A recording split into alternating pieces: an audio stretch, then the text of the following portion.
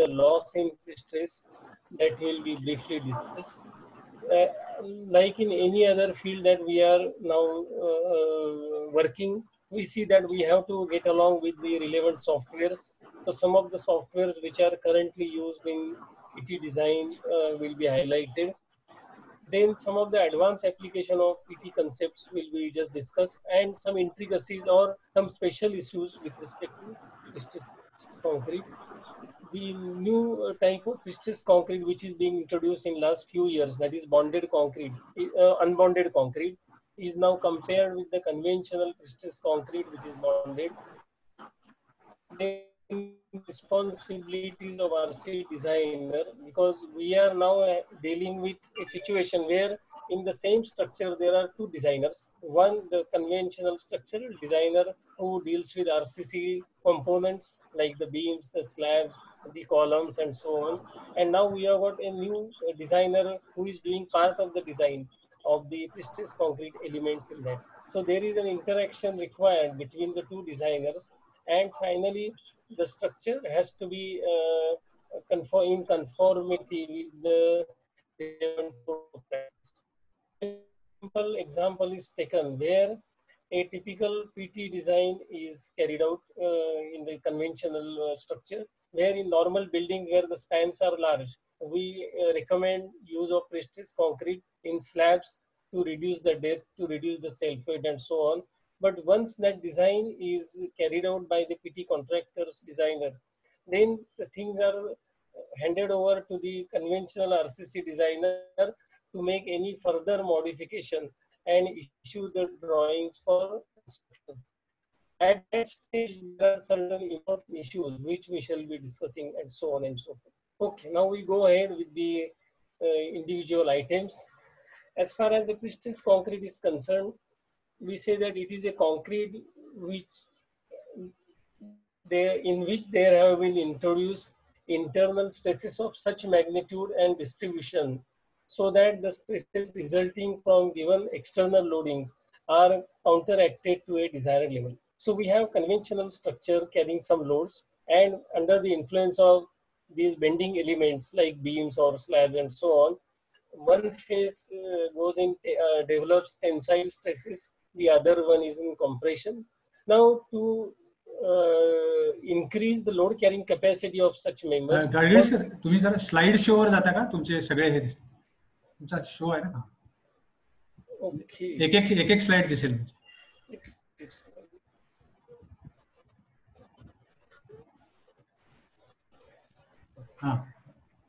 Yeah. Okay. Now, if we have a structure which develops tension at one phase and compression at the other phase in the final analysis, and if I want to increase its load carrying capacity, then best way is to initially introduce opposite directions forces in it, and thereby we try to increase the load carrying capacity of such members. So the phase which is eventually going to carry tensile stresses, there initially itself we introduce some compressive stresses. The result of that is the tensile stresses have got a better magnitude to finally develop, in the sense they have to nullify the effect of that compressive force and then consider the final tensile stress over there and so on. Now, the common application of prestigious concrete that has been conventionally in industry, what we come across is we have got the bridge girders, which are the first application that has been introduced in the industry.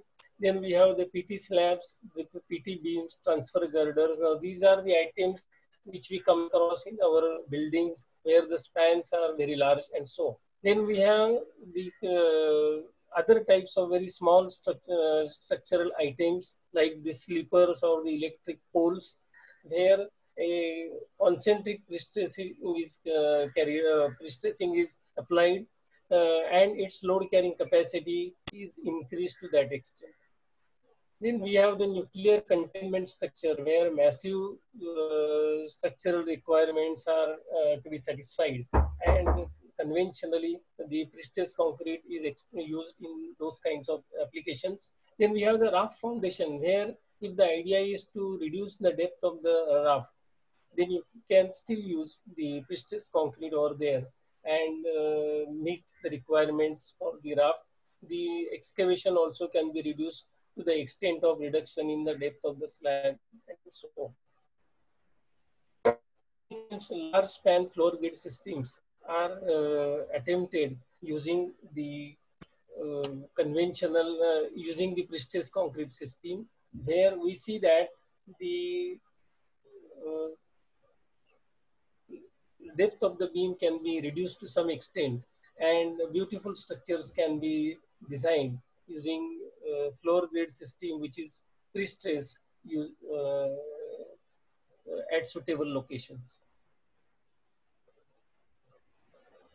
Now, as far as the design concept in pre-stressed concrete is concerned, we have, I don't know from where the lines are coming. Okay.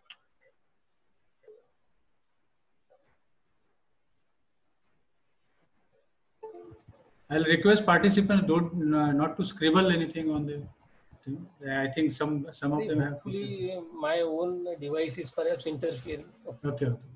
Now, first concept that we shall consider is the stress concept. The second one that we shall be briefly seeing is the force concept, and the third one is the load balancing concept. Now, let us consider the first concept that is very popular in pre-stressed concrete design, and that is the stress concept. In stress concept, we consider that beam which is carrying some transverse load develops tensile stress at one face, the compression at the other. And if such a beam is subjected to axial compressive force, for example, which is shown over here. So we have this beam of some span carrying some lateral load. There is some rectangular section for it. If concentrically a force is applied, then we say that at any section, we will have a uniform compression throughout the concrete item. And then there is bending stress, which is compression at one face and tensile at the other. When we consider the addition of these two, then finally we see that the compressive stress is increased, while tensile stress, which initially had some value if it were under only bending, now that tensile stress is reduced, or sometimes it is in full compression. The whole section is in compression, and concrete being very strong in compression, we get a lot of advantages in designing such kinds of structure. So if you have a structure which is carrying, say, transverse load, bending stresses are developed, then we can use concentric pre-stress as is shown earlier, or we can use eccentric pre-stress, which means we are trying to develop initially itself some tensile stress at top and some compressive force at the bottom, so that later on the application of transverse load reverses the picture and we are able to get a favorable stress at that particular point. For example, if we consider a eccentric force applied over here, then due to this eccentrically applied stressing force, we have a uniform compression when that load is transferred to the center. Then there is the moment due to the eccentricity of the load, which develops tension at top and compression at bottom. Due to the applied load, now we have got compression at top and the tension at bottom. All three taken together, now we get some compressive force at the top and some compressive force at the bottom, whatever is the, of course, the application of the distressing force. So we see that we are able to control the tensile stress developed in the given structure. The result of that is the concrete is properly utilized, because concrete is not so favorably placed in designing the tensile stresses. The next concept that we use in designing the pre-stressed concrete structure is the force concept. I think, is the screen properly seen? Because I see some disturbance here. Some overlapping is there. Some scribbles are there. Somebody has made. I am not able to remove that. But otherwise, screen is properly seen. There is no issue. Okay, no problem.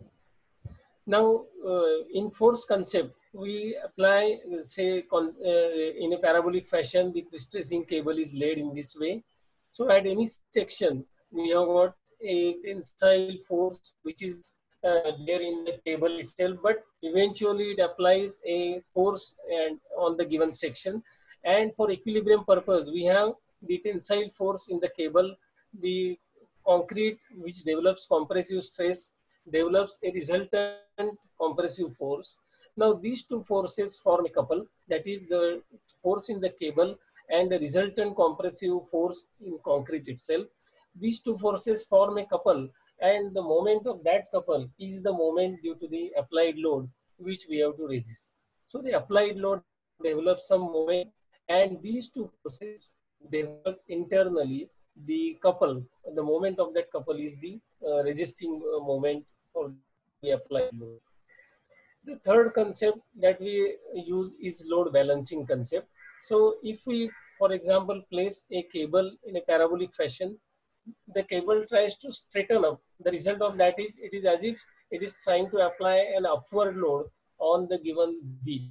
There is already a downward load applied on the given beam due to whatever dead load, lying load, and so on. While this cable develops a force opposite of that because of its tendency to straighten, which means eventually we have got a situation where there is an applied load in the downward direction.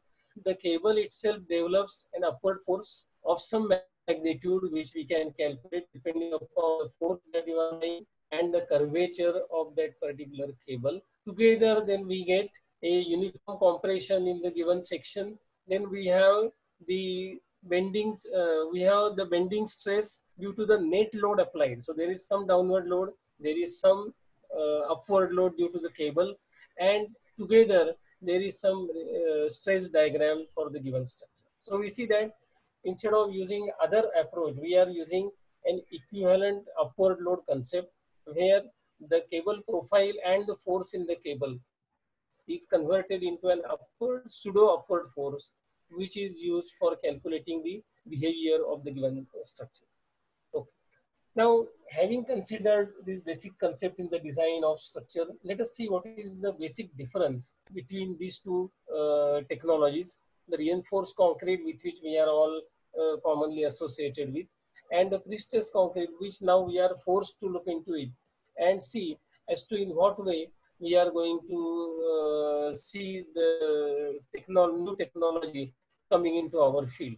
One is what we consider in reinforced concrete is we can use reasonably low strength of concrete, M20 or M25 and so on.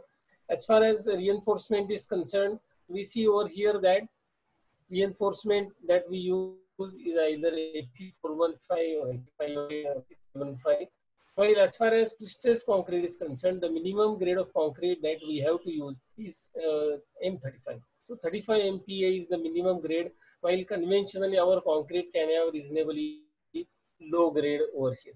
Then we see over here that we are using normally high tension, high HYSD, that is TOR bars of either 415 or 500 property, while in distress concrete we use the steel high tension wires of ultimate stress of about 1800 MPa. So it is almost 3.5 times stronger as far as the ultimate strength is concerned for its property. Then as far as concrete cracking is concerned, in reinforced concrete, we freely allow cracking of concrete, and below the neutral axis in beams, we presume that concrete is no longer available for resisting any tensile forces. It is assumed to be fully cracked, and that cracking is acceptable. While in pre-stressed concrete, many times there are severe restrictions on the either cracking is completely eliminated or prevented, or the crack width is controlled, so that the cracking is an important phenomenon to be controlled in pre-stressed concrete. In many external applications like bridges and so on, they generally go for uncracked concrete in the final loading combination. While structure in normal reinforced concrete, structural element can be in compression or in tension or flexure.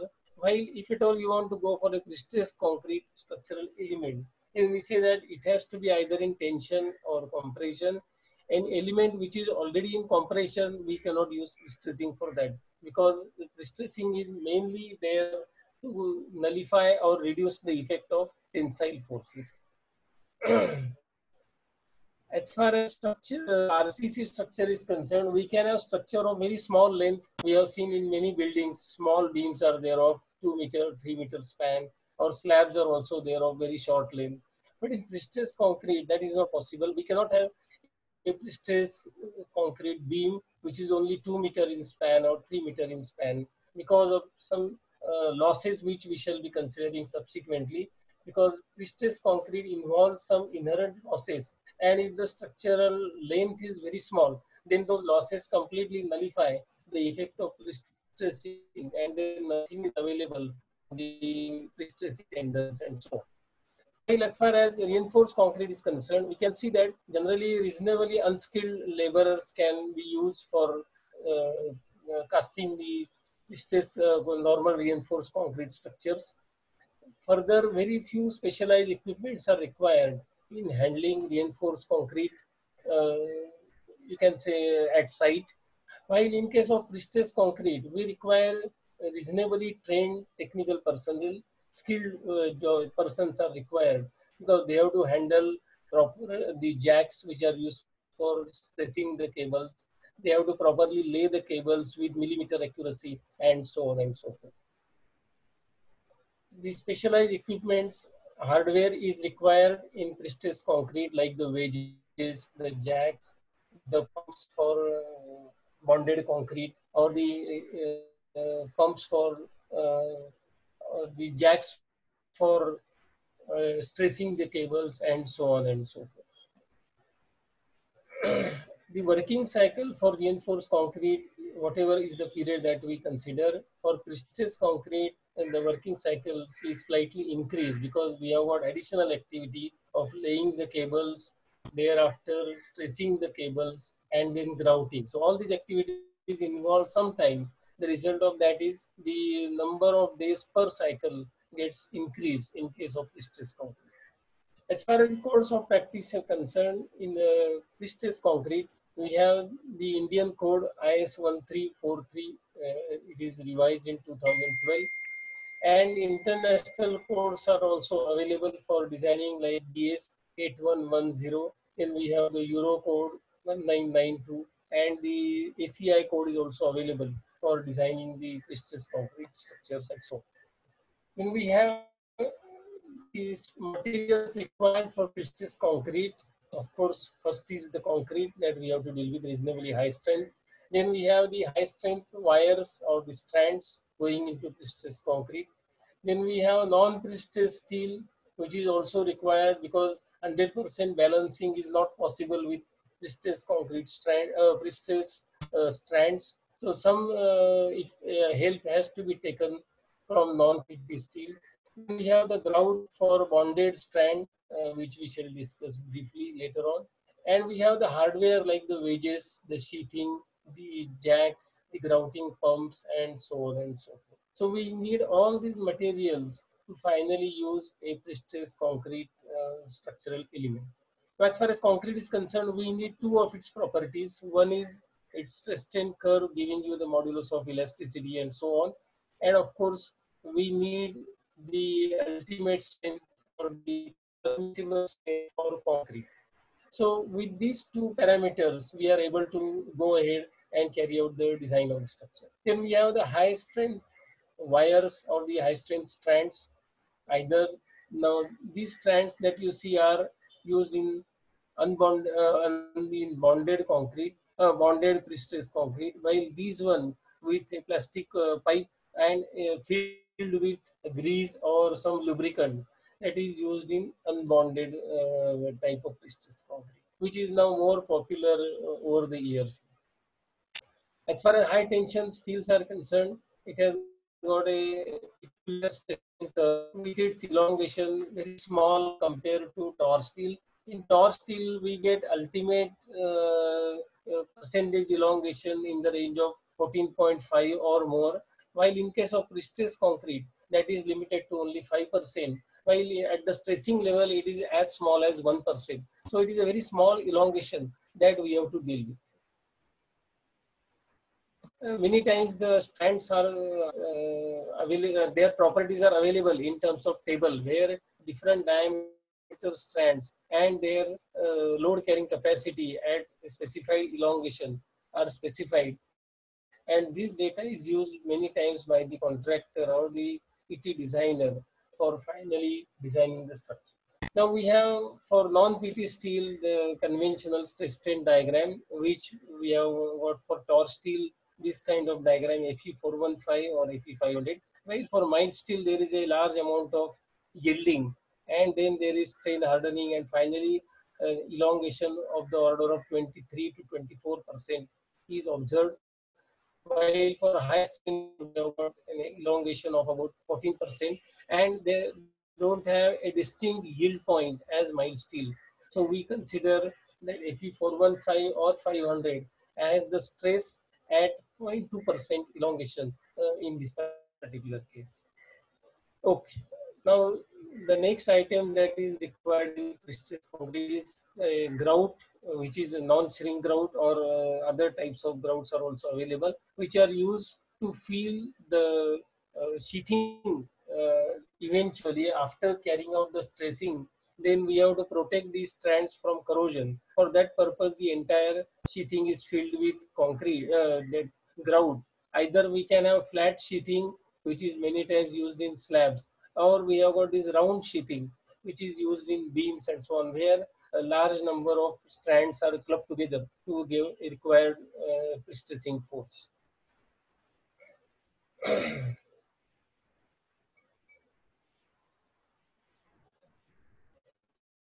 Now, these are some of the hardwares which are available, like the wedges. We have got the wedges, where the wedges are used finally to lock the forces in the given cables.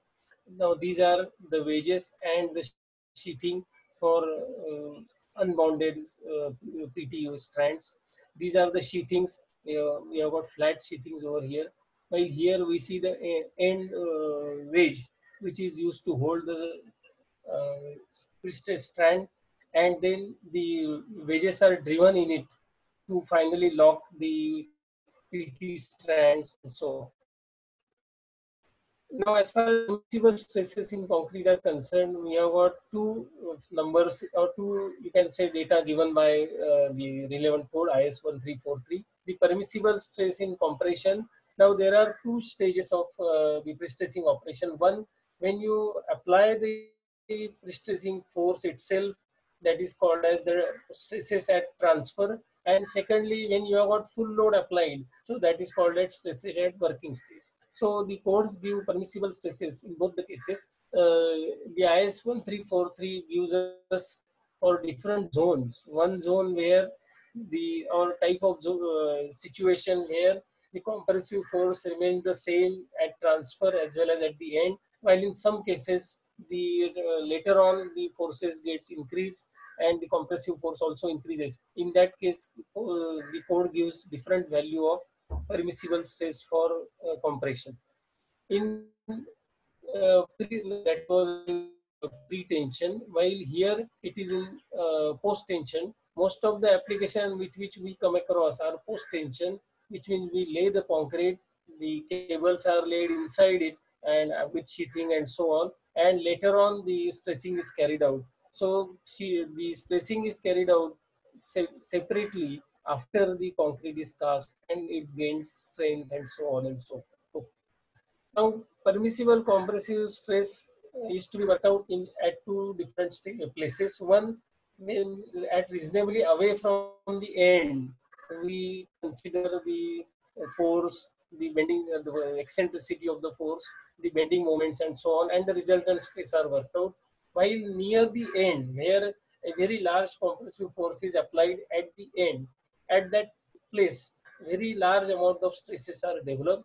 Stress concentration also occurs. So their code permits reasonably high strength, high stress as a permissible stress, which is as high as 0.8 times the permissible stress obtained in that earlier clause over there.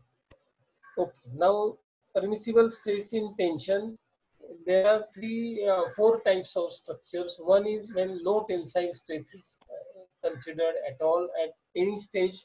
So we have to restrict the pre-stressing force in such a way that no phase develops tensile stress.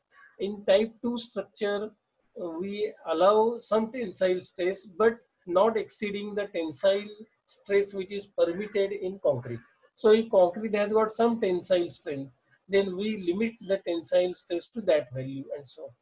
In type 3 type structure, where we allow some amount of cracking of concrete, so we permit the stress to exceed the cracking strength of concrete, and in that case some additional reinforcement is placed over there, but still the section is not permitted to have very large amount of cracking, and that is our type 3 structure. While in type 4 structure, large amount of crackings is permitted.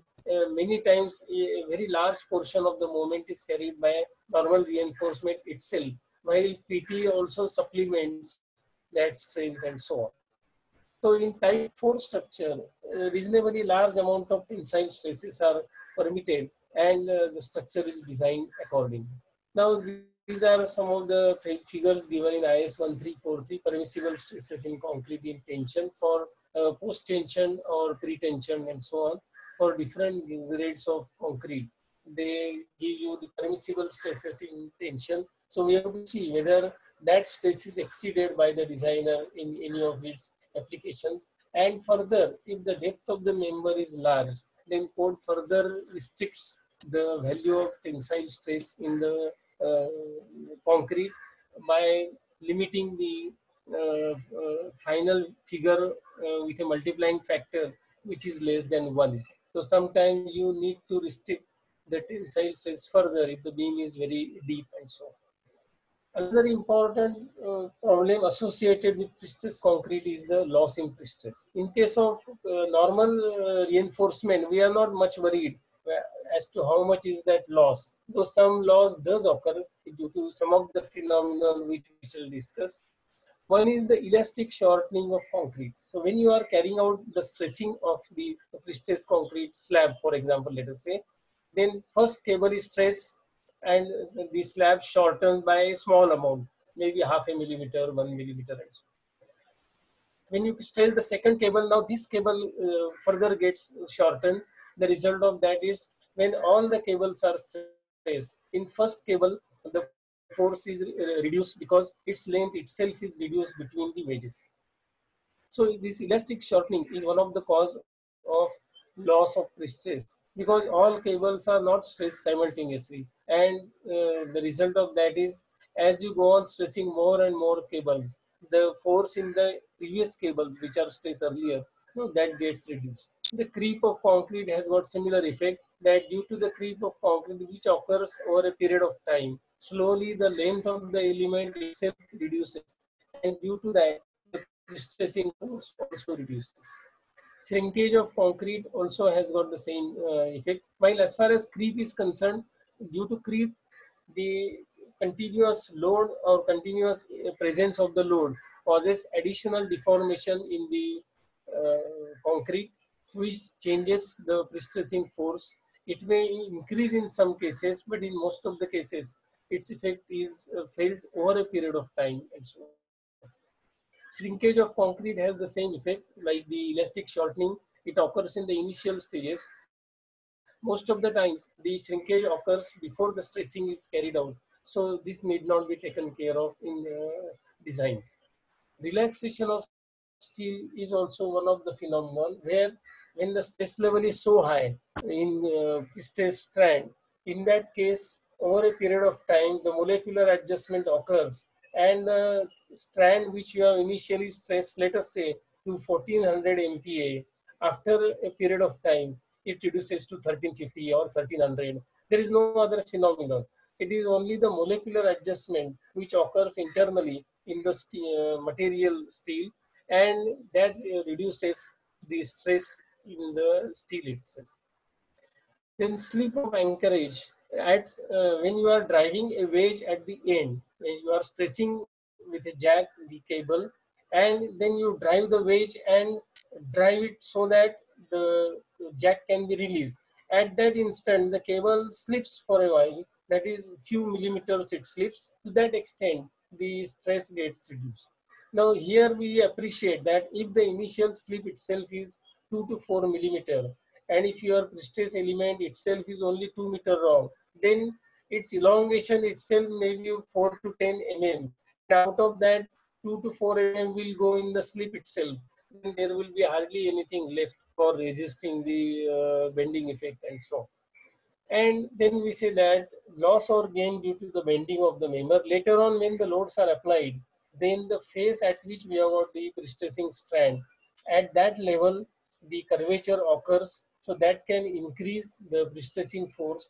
And if the margin is not there in the strand itself, it can get overstress also over there. One of the important laws to be considered by the design of PT members is the loss due to friction, because the cables have to pass through the sheathing. The result of that is, as you stress the strands, it rubs against the walls of the sheathing. So there is a lot of friction developed at that point, and we have to account for the loss due to friction, knowing the coefficient of friction between the two surfaces and so on. These HDPE, that is those plastic sheathings are used. In that case, there the coefficient of friction is extremely low. So we don't have to worry about the loss of friction in this type of sheathing. Okay, and then we see that eventually the total loss that we estimate in pre-tensioning and post-tensioning is between 20 to 25% due to all these phenomenon taken together. Now, the software that we use in designing PT members, popular softwares are the ADAPT, which is one of the earliest software used in buildings, while SAFE is now over the years, last few years, they have brought out the PT concept in the SAFE itself. Those who can get acquainted with the design of PT slabs or beams using SAFE, they are welcome to do that because it is almost a well-established software in RC design as well as PT. Similarly, RAM developed by Bentley is also one of the software used in designing of PT members, and RAP, which is an Australian software for designing the PT members and so on. So all these softwares are available and they are highly user-friendly. So anyone who can handle ETABS or SAFE or STAD can easily see these softwares and start using it for PT and PT design also. Now, some of the special applications that we where we recommend the PT technology is the large span floor grid system, where there is restriction in the depth. One of the structure which we have designed in New Bombay, Navi Mumbai Municipal Corporation, where it is a 40-meter diameter circular floor grid system, where we have used it with only peripheral supports, and depth of the girder grids was restricted to 1600 millimeter. With that system, we were able to develop or design this PT floor grid system. Then we have the PT raft, which we have designed in Oman a few years back, where there was a requirement that they wanted to minimize the excavation. So we were able to reduce the thickness of the raft by almost 400 mm. To that extent, the excavation was reduced also. Then we have the voided slab many times to reduce the weight of the slab. The voids are introduced, large voids are created inside the slabs or beams, so that we are able to minimize or reduce its own weight and thereby some economy in designing of PT members also. There is one problem associated with additional alterations of PT structures. For example, you have cast a slab, done the stressing and so on, and later on someone suggests that I want to pass some services through it and I want to cut the slab, and the opening is at the place where you have got the tendon itself or the pre-stressing stand is located there itself. Few years back, when the people were not well versed with this technology, there was a strong resistance to drilling the slab which has already been stressed. But now people have realized that nothing happens to the slab, whether you cut the strand or not. If it is a bonded PT that you are using, then you don't have to worry about it. You can straight away cut the strand because it is already bonded to concrete. So the forces are already transferred to concrete. So nothing happens to it. But if it is unbounded, then you have a serious problem because with unbonded, you cannot cut the strand. Once you cut it, the force gets released completely. So you have to specially devise a methodology by which you can slowly release those strands and then restrace them and so on and so forth. So it is a hell of a operation, but still with proper ingenuity, you can manage that. And in case of transfer girder, many times in reinforced concrete, in high-rise buildings, you see that transfer girders are almost everywhere required, because we have got some, you can say, some locations of columns in the lower floors for parking and other activities, while in upper floors, the columns are located at different place.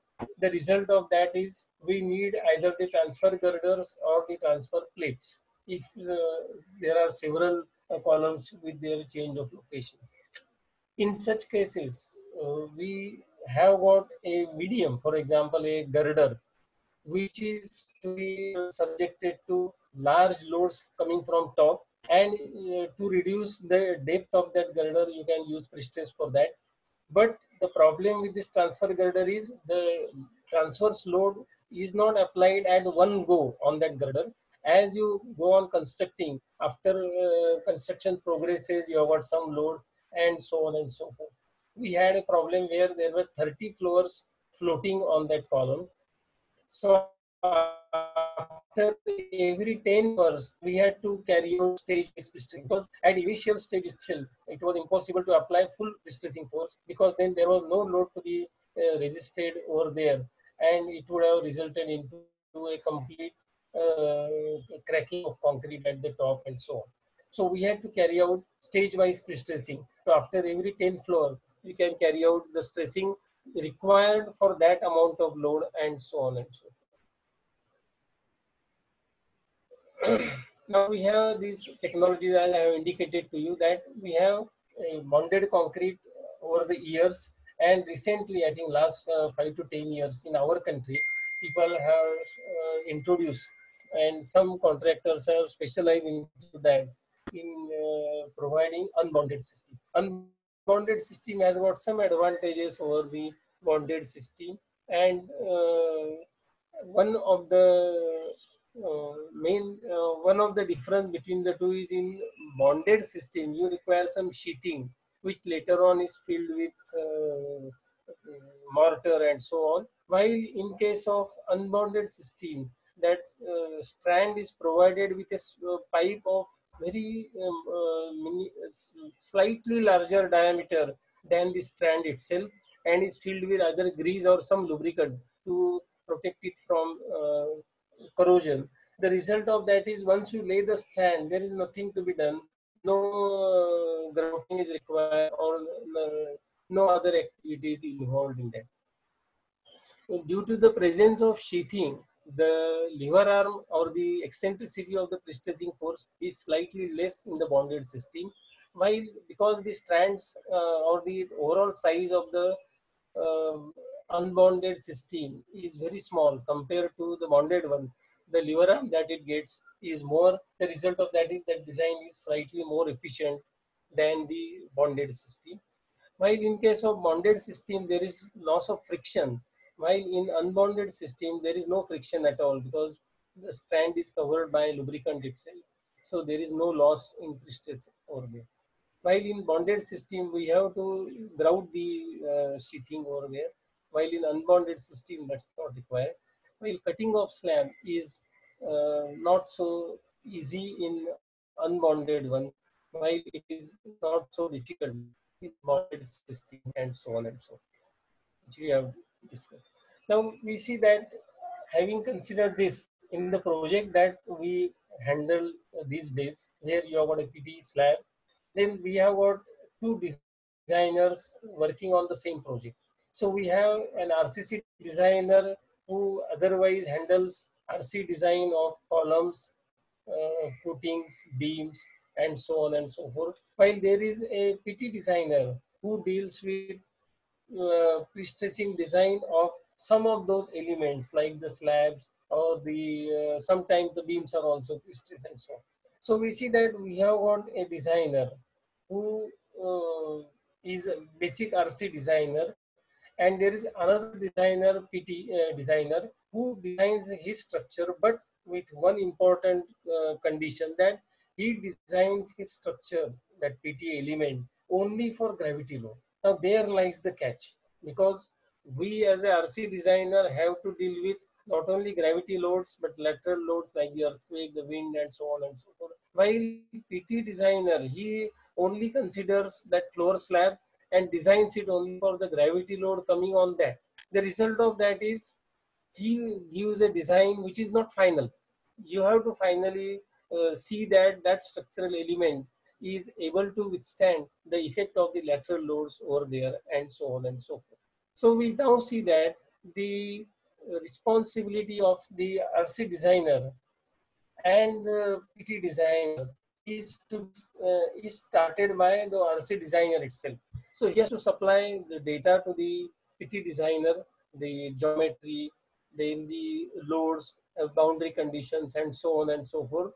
Once that data is given, the PT designer would carry out the design and hand over his design to the main RC designer, and then RC designer has to finally see whether whatever design is produced by a PT designer is able to take the lateral load, or whether any additional reinforcement is required, and so on and so forth.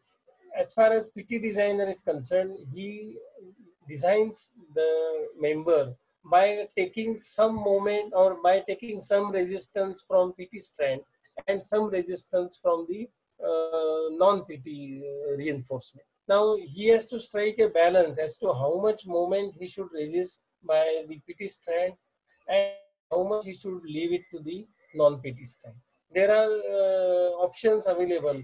So many times the PT designer can design his PT technology or his PT strands only to resist 50% or even 40%, or to that extent very small amount of moment. But then large amount of steel is required as a non-PT steel.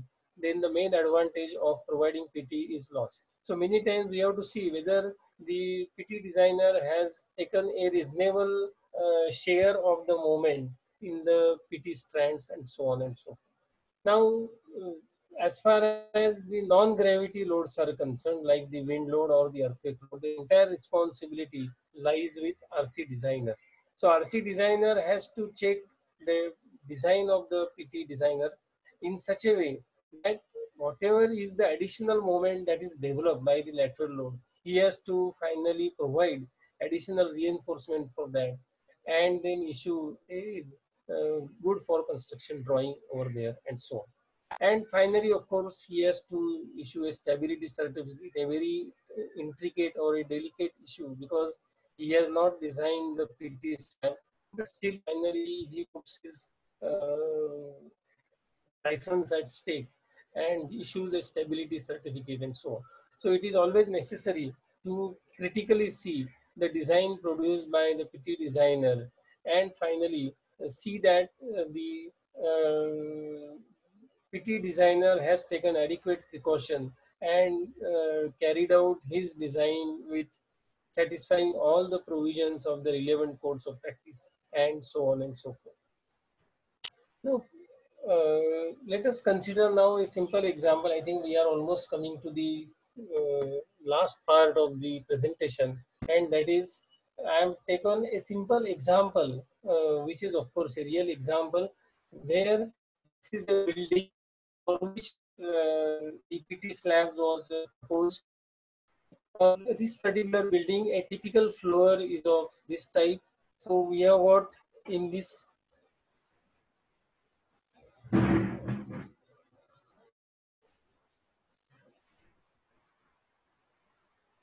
and some small internet problem. But I think now, can we see the screen properly?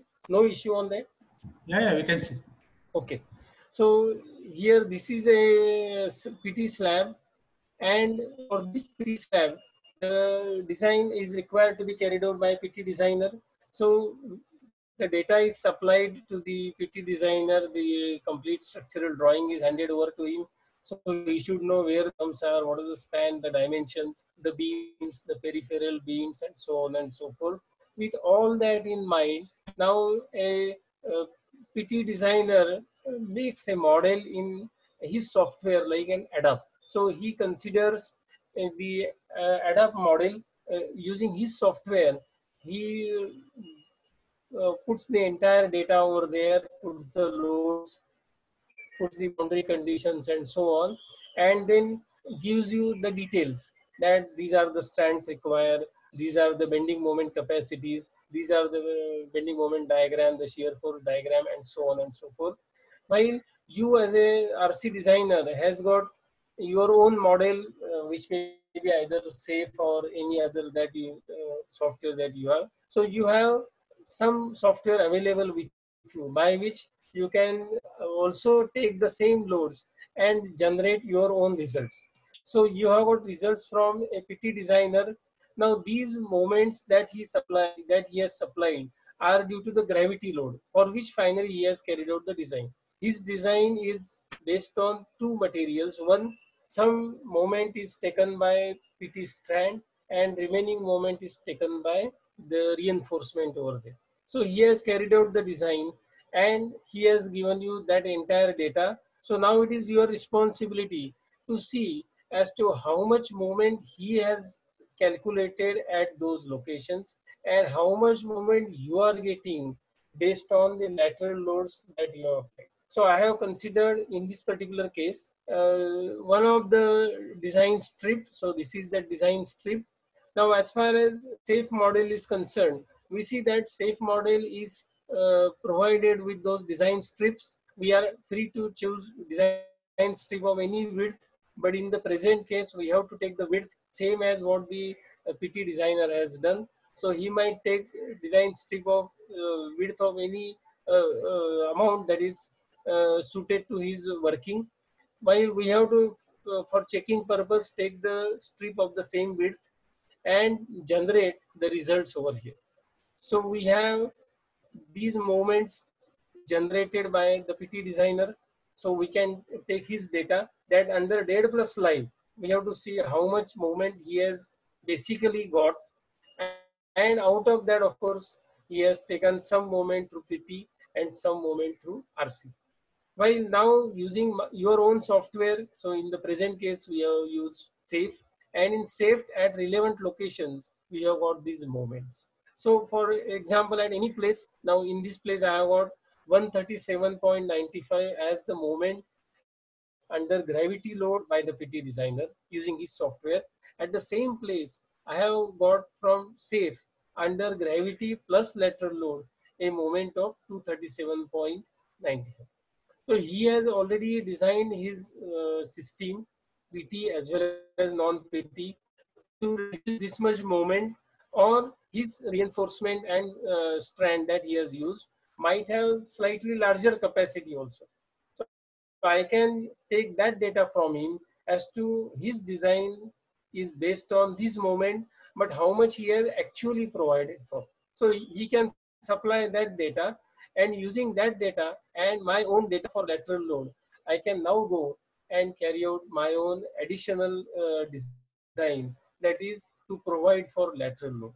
So at such places we can say that at every place that we are now visualizing, we should know what is the moment for which he has designed the PT system, what is the additional moment that we have got from the lateral loads, get the balance, and then see whether the entire moment is taken care of by the two systems, that is PT strand and the non-PT steel, and so on and so forth.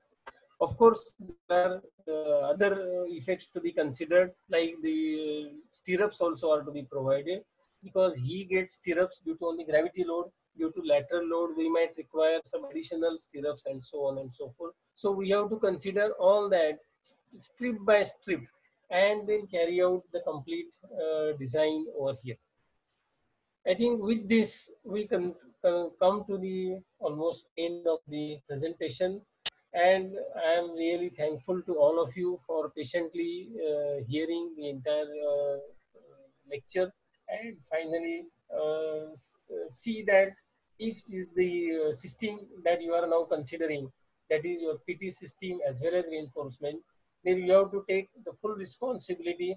And for that purpose, you need to understand whether he has applied the load that you have given, he has taken the geometry that you have given, he has applied the proper support conditions, and so on and so forth. There are many times in RC structure, some slabs we carry, we say these are PT slabs, but there might be some pockets which are non-PT. There are many situations like that. But still, he has to consider those non-PT items and prepare a model which is complete in all respect, and then consider the designer. So when you check his design, your responsibility is, is going to make you safe or unsafe, because you have to see very critically whether he has taken all the data, whether it matters to him or not. He has to take all the data and then properly carry out the design and so on. I think I must thank Epicon's consultant for giving me this opportunity to share my views on Prestice Concrete Works. Thank Thank you. you, sir. We will take some questions. We will take questions strictly from chat. I request Gadgil sir to open the group chat. Okay. And there are questions right starting from 4:41. You can. Okay. So 4:41 p.m. Okay. If you see, then chat is there. Chat is there in your bottom screen. There is a symbol called chat. Okay. So please open that.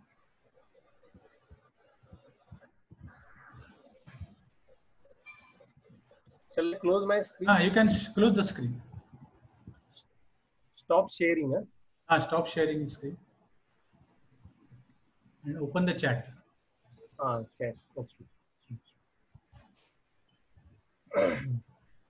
Okay, I think there are so many other messages. We can ignore that. But you can start with the message with at 4:41 p.m. There are some questions in between. So if you can't find it, I'll read it out. This 4:41 is below or above? Below.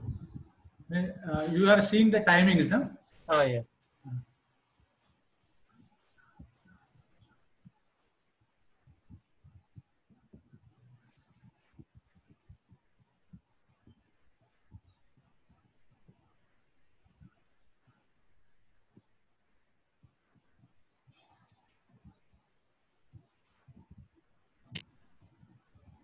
Got it?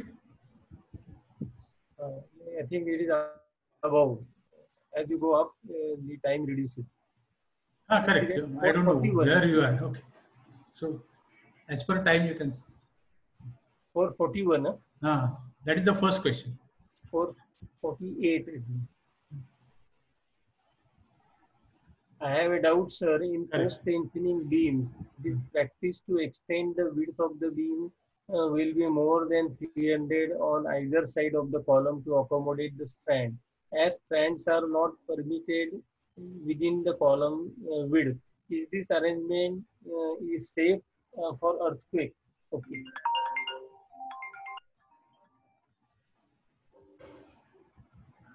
I think this one misconception I want to remove from the minds of people, that these strands are not permitted in column. Strands are permitted in column, particularly when you consider unbonded strands. They are very small in diameter. If they can be passed through the reinforcement of column, there is no harm in passing the strand through the column. First, but many times if you have got sheathing which is wide enough, accommodating 4 strands or 5 strands and so on, then it is difficult to pass the strand through the column. In that case, you can take these strands on both sides of the column. If it is a slab, then there is no issue, because the strands go in the slab itself. If you have got a beam, then you need to make the beam wide enough. And in that case, you have to take the strands in the width of the, in the portion of the beam which is outside the column. There is no issue. It is a monolithic joint. If the concrete is monolithic, there is no harm at all. You are providing reinforcement. See, your strand is outside the column, no issue with that, because you are stressing the beam itself. So you have got a monolithic joint, and then there is no problem at all. It is like any other joint. if the beam is of lesser width or bigger width, so long as the beam is not unduly wide. Because if the beam is, for example, if column is 1 meter and if the beam is 4 meter wide, then it can create serious problem, because if the beam might rest on another beam and then you will have different issue. But if the beam is only few 100 millimeter on both sides, say 200, 300 mm, so it accommodates one cable on either side, then it makes no difference. And your ductility details are unchanged, that you have to provide in the usual way, and it doesn't affect at all the performance of the joint. Go with next question then. Next question. Flat slab with Flat drop. slab with drop. This is nothing to do with actually PT slab. Flat slab with drop or without drop is safe during earthquakes. Please clarify. Flat slab with drop or without drop is safe during earthquake. There is no problem. See, basically, flat slab is going to present a challenging structure anyway during earthquake, and the code has given severe restrictions on providing flat slab in any high-rise building.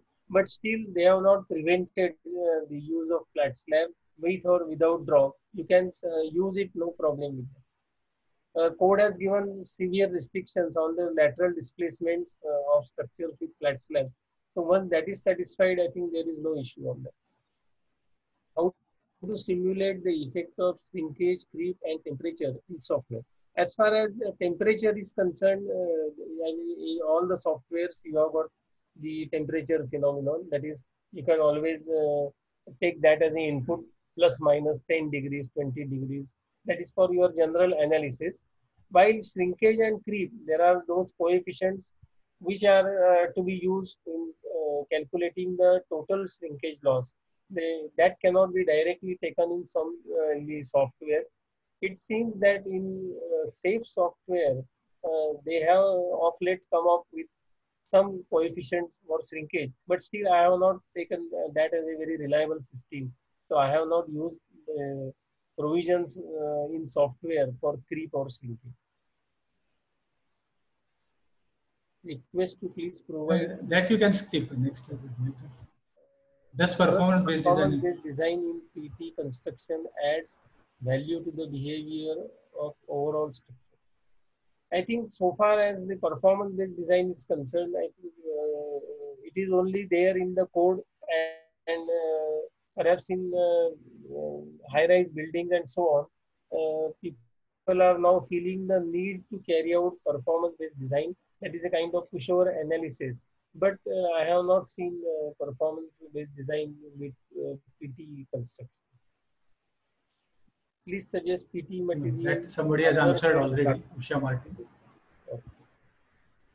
Please clarify whether M35 grade is a must or M25. M35 is the must. Whether M35 grade is a must or M25 is...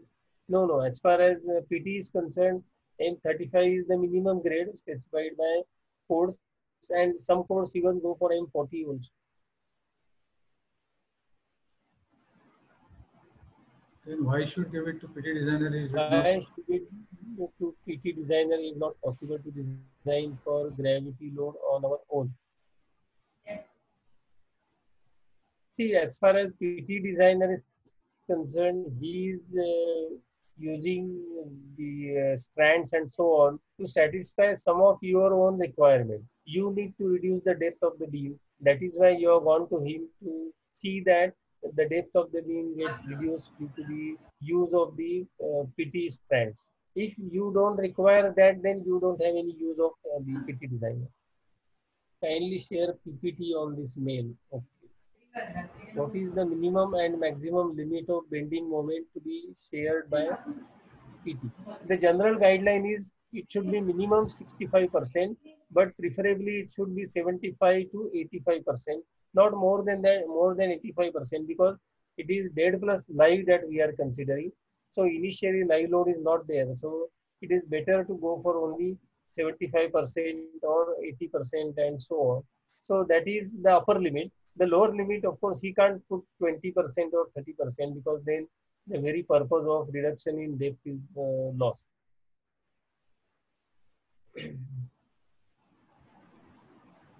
Sir, as you have mentioned, the PT designer only designs for gravity load. How will RCC designer ensure that PT structure for lateral forces? I think that I have I explained. already If you explained. work out, it is already explained. How many days of casting of concrete PT will be undertaken? See, normally it requires 80% of the strength. So you just see, normally that is available in 10 to 12 days for sure. After that you can do it stressing, but you have to see how the PT designer has worked out his entire design concept, because he might have assumed full 28 days strength, and then at a lesser number of days, if that strength is not available, then of course you have a difficult situation. I think how to design for temperature. I think that is part of your ETAB only. So you can design it for. Some of the questions you can skip also. You take whatever is important, please take because there are so many questions. I think as far as the recording of this is concerned, I will be putting it on YouTube. Yeah. So from tomorrow onwards, you will get it on Yeah. YouTube. Yeah.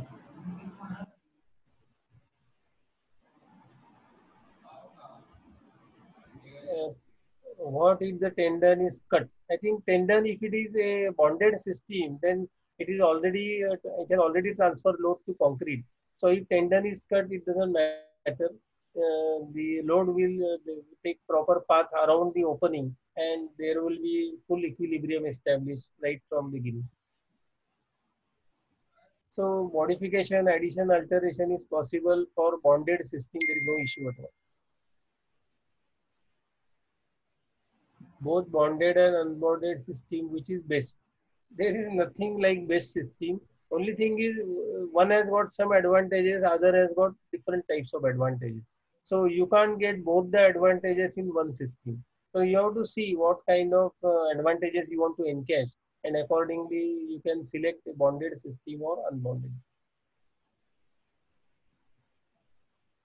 I think reference book on PT designer had used some part of concrete stress block. If RC designer provides the steel for lateral force in tension, then how to take care of stress block? I think for stress block, there is reinforcement provided to take care of only local high stresses. It has nothing to do with lateral load resisting system. Your lateral load resisting system is separately provided for. Can we provide it to steel structures? Steel structure, I mean, people have tried steel structure pre-stressing, but very rarely, because steel is a material which is good in both tension and compression. So you can go to the same stress level or reasonably comparable stress level in tension as well as compression. So for steel, it is not found so suitable. Very rarely, and I have not come across any structure where it is steel structure being pre-stressed.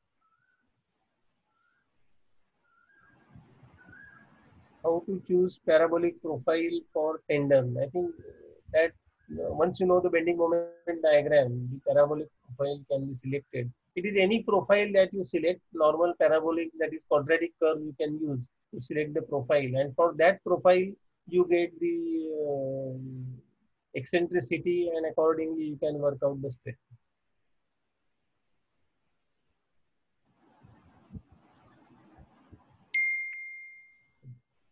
How PT structure behave in earthquake? Is it well performed as compared to non-PT structure? See, PT structure has got basic, you can say, property that the PT steel that we have got is having an ultimate elongation of 4%, 5%, or 6%, while our normal Tor steel has got 14.5%. But if you consider the performance-based design, then the elongation that steel suffers is not to the extent of 5% or 6% and so on. So that elongation is not so high, though for mild steel it can be as high as 23%. But whatever is the situation, the PT structure is not as ductile as a non-PT structure. That fact remains. Only thing is that much ductility is not required That is one thing. Secondly, you can provide non-PT steel for that ductility, and then this particular you can say restriction can be mitigated to some extent.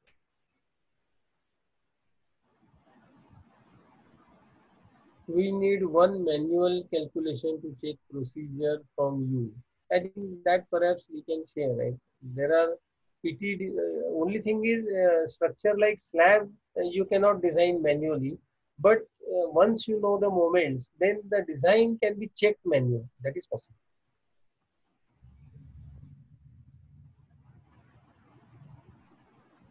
Bonded or unbonded, which one is to be taken into consideration?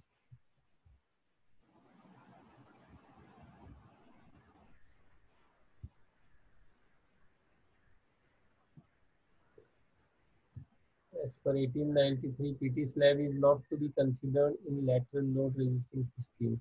What will be the what are the boundary conditions for modeling in STAD?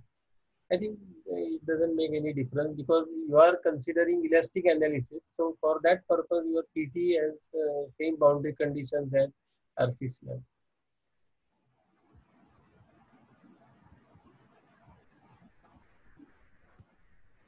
Sometimes we get the feeling as field engineers that the reinforcement is in spite of PT. Why is that? I think that question is not very clear. In unbounded system, schedule duration is very less as compared to bonded system. But still in India, bonded system is the bonded system is there for so many years, and unbonded has come off late. So people are still. I mean, many people are not aware also whether the system is there or not. And few people are only advocating it.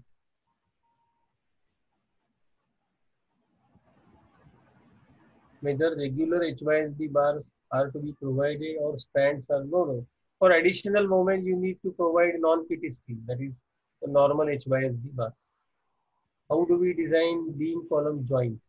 For joint, whatever moments are there, see this PT design, generally they don't consider frame action.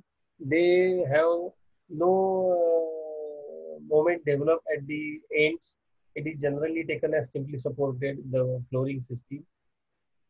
If at all some frame action is to be taken care of, then you have to specifically advise the PT designer that it's the frame action that you need to take, and you have to see whether his software can take care of the frame action, 3D analysis, and so on. Because some of these softwares cannot handle 3D analysis. Yeah, we can repair PT structure. Is there any maximum economic design span criteria for bonded PT and for bonded and unbonded? There is no criteria. They can be easily replaced with each other.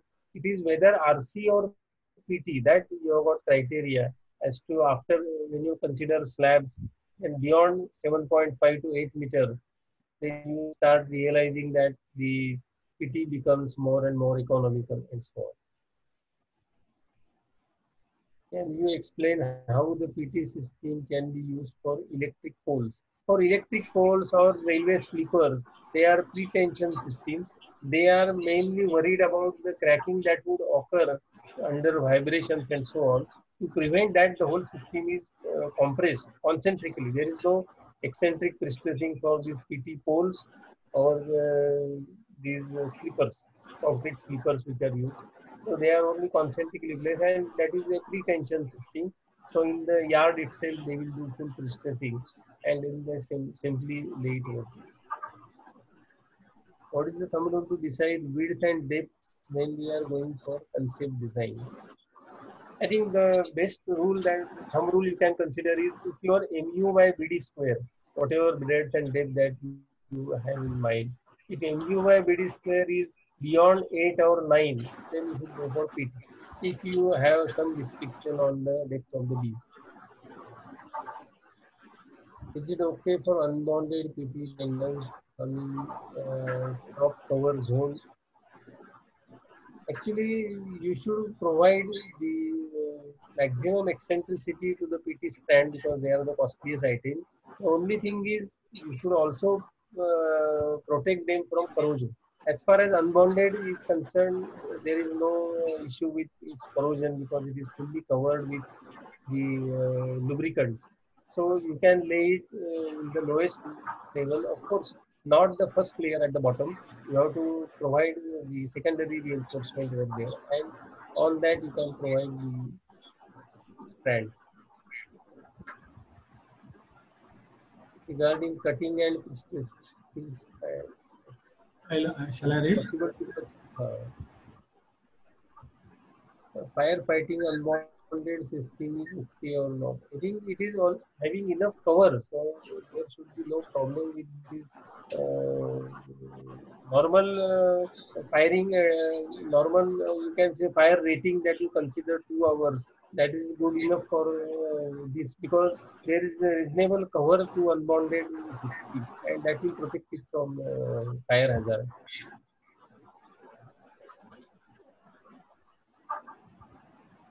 How does strength degradation takes place in PT member? I think it is like any other concrete. That concrete has got a life of, as we say, 50 or 70 years. Same thing for PT.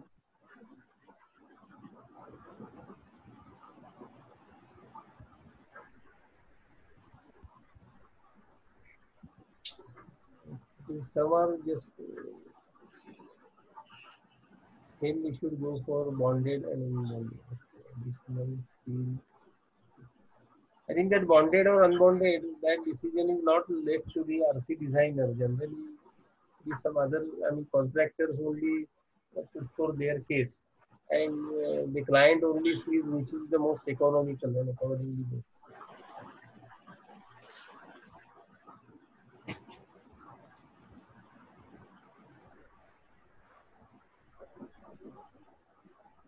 Okay. Which type of parameter should we consider for core cutting of tendering concept?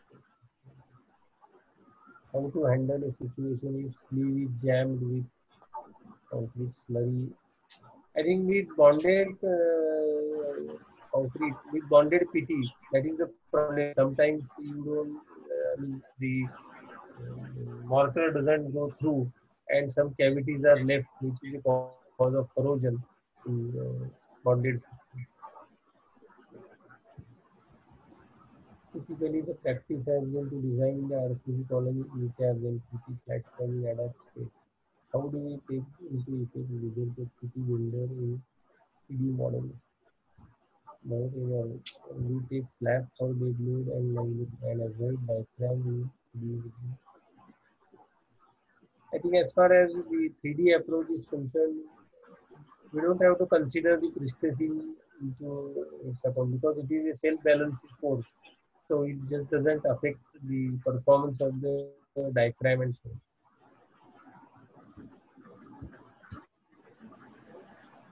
What about lateral load from tendons onto beams where tendons are anchored? There is no lateral load on the beam because it is a self-balancing force. It is either stress from both ends or it is stress from one end with anchorage at the other. So there is no net, rest assured, there is no net horizontal force applied either on beams or columns. They are totally free of any lateral load. It is only wind load or earthquake that you have to consider.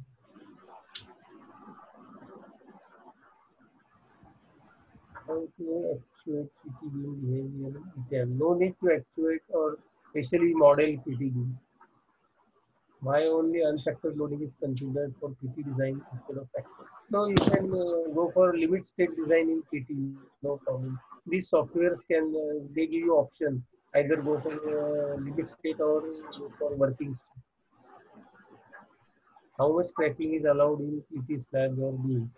I think depending upon the exposure, the cracking is limited either to 1 millimeter or 2 millimeter, depending upon the exposure condition. What extra precautions should we take in RC design software? Limit no extra precautions. How can we do the repairing of PT slabs? Oh, no problem with that. It is like any other slab. PT designer had used some part of concrete block. I think we are almost coming to the end. Yeah. Contact bond. Thank you very much, I think. We are almost coming to the Thank you very end. much, sir. I'll request. Thank you very much for a very informative lecture. Maximum participation was 395. Oh, Great. That was great. Still two people are there. I'll request Mr. Ajay Jain Kulkarni to just make concluding remarks. Hello. Yeah. Share the screen. Yeah. Go to the slide. Put it. Okay, before I express my thanks, I thank all the participants for enthusiastically participating in a big number. We will be sending you one sort of a membership form, which you can fill. It will give us some clue, like what kind of topics, what you like.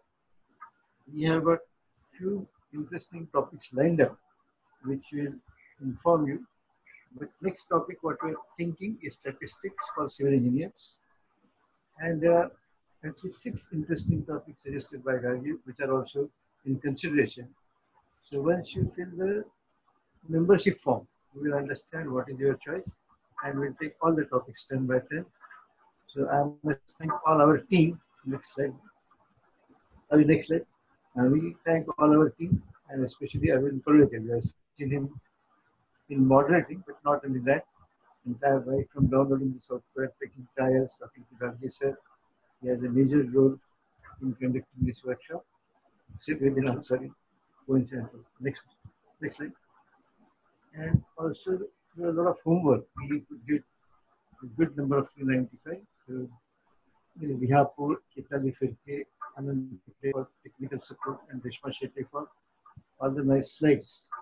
And Hitali also for all the nice slides and for good follow-up. And with that, we thank you on behalf of Epicon's consultant. We and our team have been doing a marathon effort for conducting workshop, and we request you to give your similar support for the forthcoming workshop. Now we can very well jot down all the questions, Gargi sir, and make sort of a small guide, because few of the question might be repeated, few of the question will be in mind. Anyway, you are putting this on YouTube, but if your interaction has happened today, you can also share this interaction by way of small question and answer. Yeah. So with this, I thank and conclude the session. Thank you. Thank you very much, everybody. I'm ending the session.